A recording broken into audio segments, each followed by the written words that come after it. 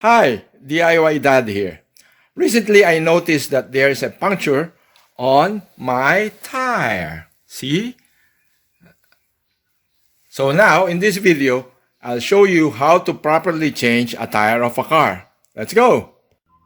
The car of the day is a 2005 Toyota Land Cruiser Prado. We have the spare tire here, and inside, we can find the tools which will be needed at the back of the door. You just open this one and still stuck now.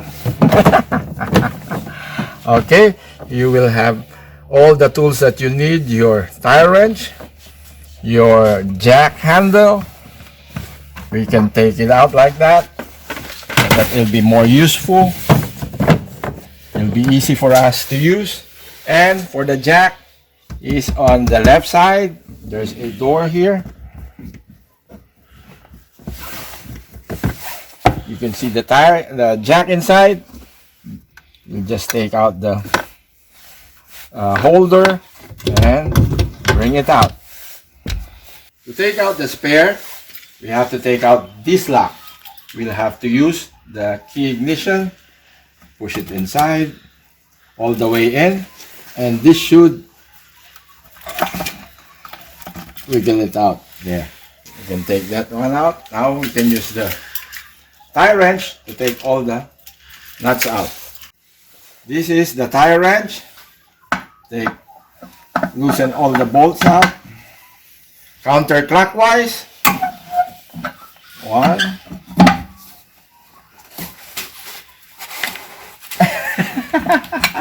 You have leverage.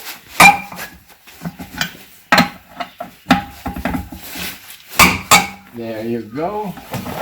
Then you can do it easily now.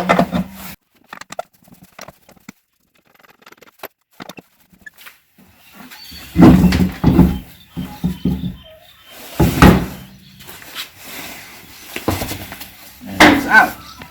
Next, what we'll do is loosen all the nuts before you jack up the car, okay?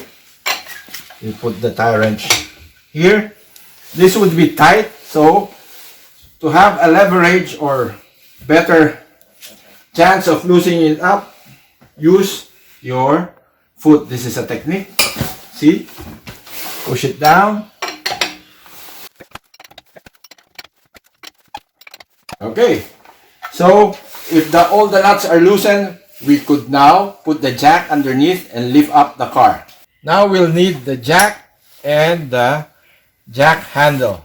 Okay, to assemble the jack handle, get first with the end with the hook, and then put the extension. Always look for the one with the groove. Okay, put it where the screw is. Tighten it up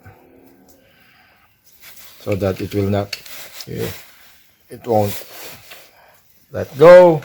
Get the other end here. Tighten it up again with the groove.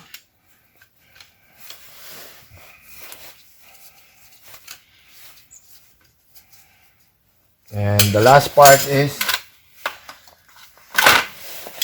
where the handle, so you could turn it on your end. Again, with the groove.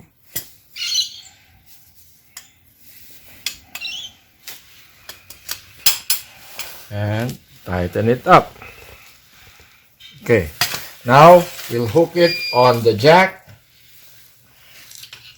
And earlier I already brought the jack up to the height where it would touch the axle. That would be our jack point. Okay.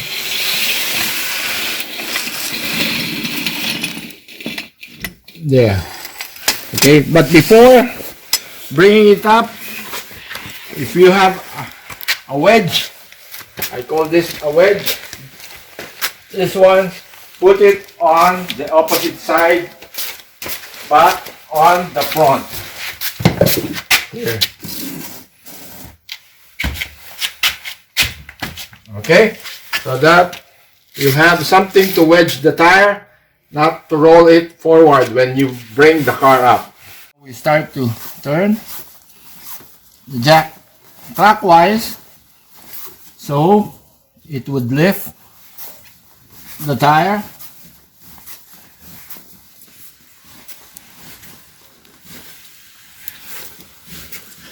When there's sufficient height for you to take off the tire, you can now start loosening up all the nuts on it. Okay, we're back on the tire. We loosen all the bolts out.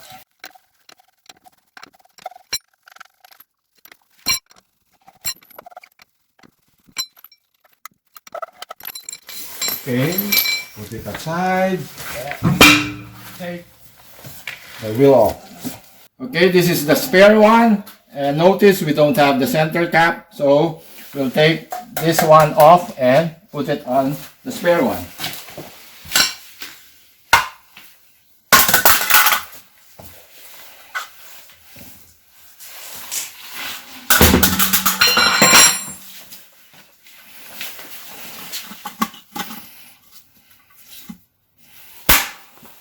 Okay, now we'll put the tire on, the spare one on.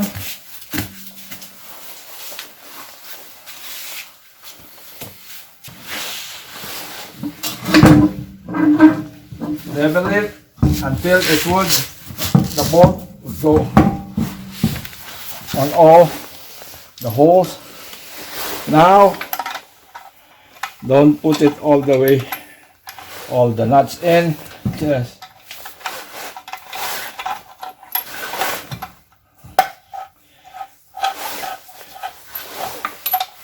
two at a time.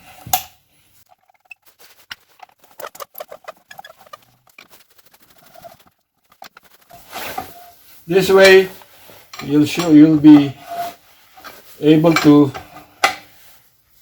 level the tire on your car, two at a time, and put the two ones that are across like that.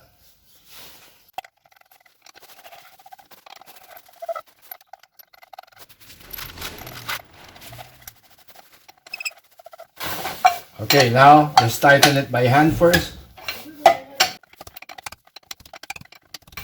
Then we'll lower the jack.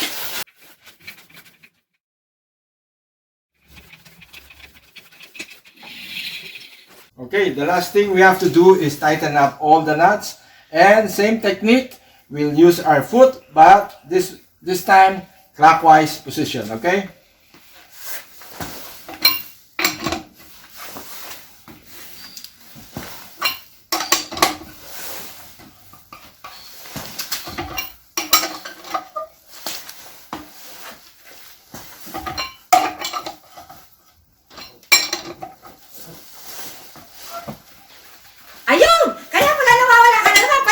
Okay guys, I have to go. That's it. Bye-bye.